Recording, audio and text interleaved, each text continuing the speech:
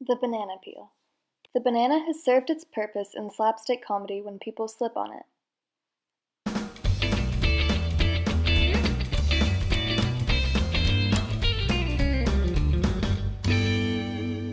But has anyone bothered to think of where that banana peel should have been in the first place? The correct answer? In the compost bin, just like a number of other fruit and vegetable scraps. The US makes up 5% of the world's total population. However, we create 50% of the world's total garbage. And, out of our 50 states, Texans throw away the most garbage. On average, Americans dispose of 3.5 pounds of trash per person. However, Texans dispose of 6.5 pounds of trash per person because our land disposal is so cheap and we have so much land. And because our disposal is so cheap, other states insist on dumping their trash here. As Larry Wilhelm, master composter of Rutherford, Texas, once said, "We Texans are about to become the dumping grounds of America." Trash pollutes the earth. The incineration or burning up of trash can release harmful toxins that pollute the air. When we dump rubbish into a landfill or the ocean, we then pollute our land and water. However, organic waste can often be composted and can even help the environment. Compost is organic matter that has been decomposed and recycled as a fertilizer to improve plant growth and health. Composting also allows soil to hold on to more water and adds nutrients to the soil. As much as 30% of trash in the average trash can could be composted.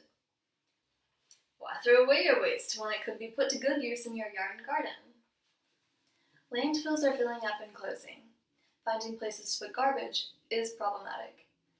But by composting yard and kitchen wastes, you can send less garbage to landfills. The composting is a complex process involving chemical, biological, and physical processes. It can be as simple as making a pile of leaves and letting it sit until they decompose. For maximum efficiency, ensure that there is a 30-to-1 ratio of carbon to nitrogen. Carbon-rich browns include dried grasses and leaves, straw, wood, sawdust, paper, corn cobs, stalks, and cotton. And nitrogen-rich greens include green leaves, coffee grounds, tea bags, plant trimmings, raw fruit and vegetable scraps, manure, and fresh grass clippings. Though you can compost materials of any size, a recommended size for your compost pile is 3 feet in height, width, and length.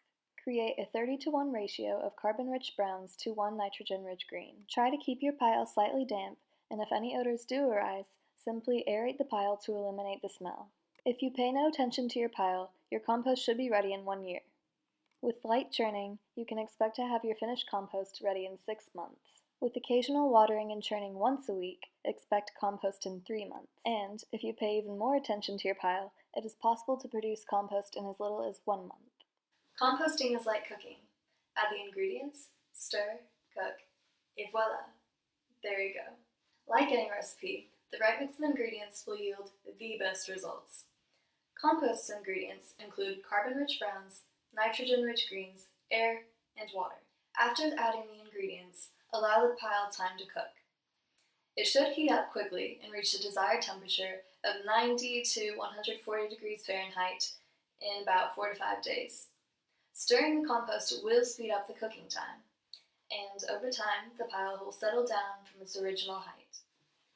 So now that you know what to compost, what do you not compost? What is a compost no-no?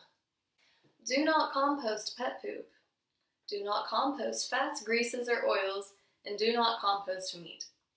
Because if you compost those, you will create unnecessary problems. You'll be attracting flies, hornets, rats, raccoons, snakes, you get the drift. You'll be so much better off if you do not compost those.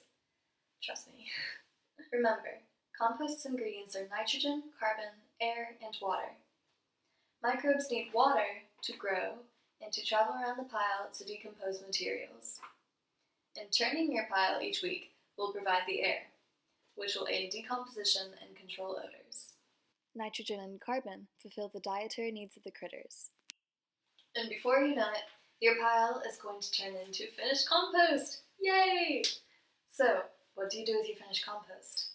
Well, you could store it in the dark, or you could use it.